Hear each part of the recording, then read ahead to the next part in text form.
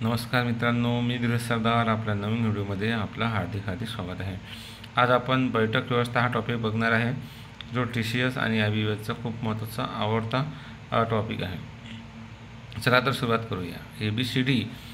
ABCD आणि E अशी 5 खोकी एकमेकावर ठेवली आहे, त्याच क्रमाने आवश्यक नाही। एक खोका ईच्यावर ठेवलेला आहे। B आणि E यांच्या दरम्यान 2 खोके ठेवली आहे। A आणि C यांच्या दरम्यान 1 खोका ठेवला आहे। तर कोणता खोका तळापासून दुसरा आहे? तर चला बघूया। एक खोका ईच्यावर ठेवलेला आहे। आता एक खोका ईच्यावर ठेवल्या म्हटल्यानंतर आपल्याला पॉसिबिलिटी कशी येऊ शकते बघा। 1 2 3 4 5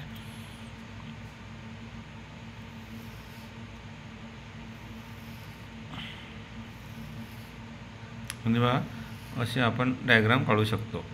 पॉसिबिलिटी काढायची बरं, पॉसिबिलिटी काढली की आपले प्रश्न चुकत नाही। ठीक आहे, मग आता पहा काय म्हटलं त्यांनी, एक खोका ईच्यावर ठेवलेला आहे।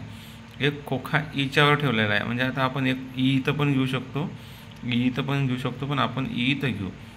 ठीक आहे, जेणेकरून ईच्यावर एक खोका आहे आपल्याला समजते। ईच्यावर काय आहे? एक खोका आहे। ईच्यावर काय आहे? एक खोका आहे।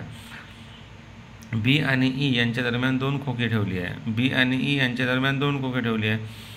आता बी आणि ई यांच्या दरम्यान 2 पाहिजे, म्हणजेच मग मी बी कुठे घेऊ शकतो सांगा बरं? बी, आता बी इथं घेतल्यावर बी आणि ईमध्ये 2 खोक्याचं अंतर राहील का? नाही आहे। बी जर इथं घेतला तर राहील का? नाही आहे।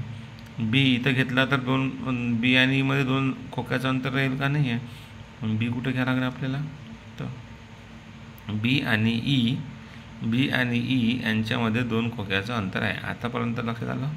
चला, बी आणि ई यांच्यामध्ये 2 खोक्याचं अंतर आहे, हे आपलं इथं कंडिशन सॅटिस्फाईड झाली। आता ए आणि सी यांच्या दरम्यान 1 खोकी आहे म्हणते। आता ए आणि सी यांच्या दरम्यान 1 खोका आहे। समजा जर आपण इथं ए आणि सी इथं घेतला तर यांच्या दरम्यान खोके होणार नाही आहे, म्हणून आपल्याला ए आणि सी बरोबर। आता समजलं का? ए आणि सी यांच्या दरम्यान एक खोका आहे, पण नेमका आपल्या त्यांनी हे सांगितलं नाही आहे की सी वर आहे की ए खाली आहे, त्याच्यामुळे आपण पॉसिबिलिटी इथं घेऊ शकतो। ठीक आहे, सी आणि ए यांच्या दरम्यान एक खोका आहे। बघा इथं ए किंवा सी यांच्या दरम्यान एक खोका आहे, सी आणि ए यांच्या दरम्यान एक खोका आहे, बरोबर आहे। आपल्याला त्यांनी नक्की सांगितलं नाही आहे ए कुठं आहे सी कुठं आहे, फक्त सांगितलं आहे म्हणून आपण 2 पॉसिबिलिटी काढलेल्या आहे, एवढं लक्षात ठेवायचं। मग आता राहिला कोणता? ABCD याच्यामध्ये कोणता राहिला आता? ABCD काय राहिला? डी काय राहिला? डी कोणता राहिला? डी झाली आपली डायग्राम।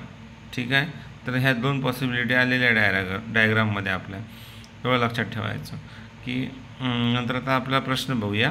तर कोणता खोका तळापासून दुसऱ्या स्थानावर आहे? तळापासून कोणता खोका दुसऱ्या स्थानावर आहे? तर डी इथं पण आहे, डी इथं पण आहे। त्यांनी पहा इथं क्वेश्चन दिलेला नाही आहे, त्यांना माहीत आहे येथे पॉसिबिलिटी 2 पॉसिबिलिटी आलेल्या आहे, त्याच्यामुळे ते त्यांनी क्वेश्चन विचारलेला नाही आहे। तर तुम्हाला बरोबर त्यांनी क्वेश्चन विचारलेला आहे की तळापासून दुसऱ्या स्थानावर कोणता आहे, तर मग कोणता आहे? डी। तर जरा समजलं असेल तुम्हाला, अशी आशा करतो। चला तर भेटूया नेक्स्ट व्हिडिओमध्ये। व्हिडिओ आवडला असेल तर शेअर करा आणि चॅनल सबस्क्राईब करा। जय हिंद, जय भारत।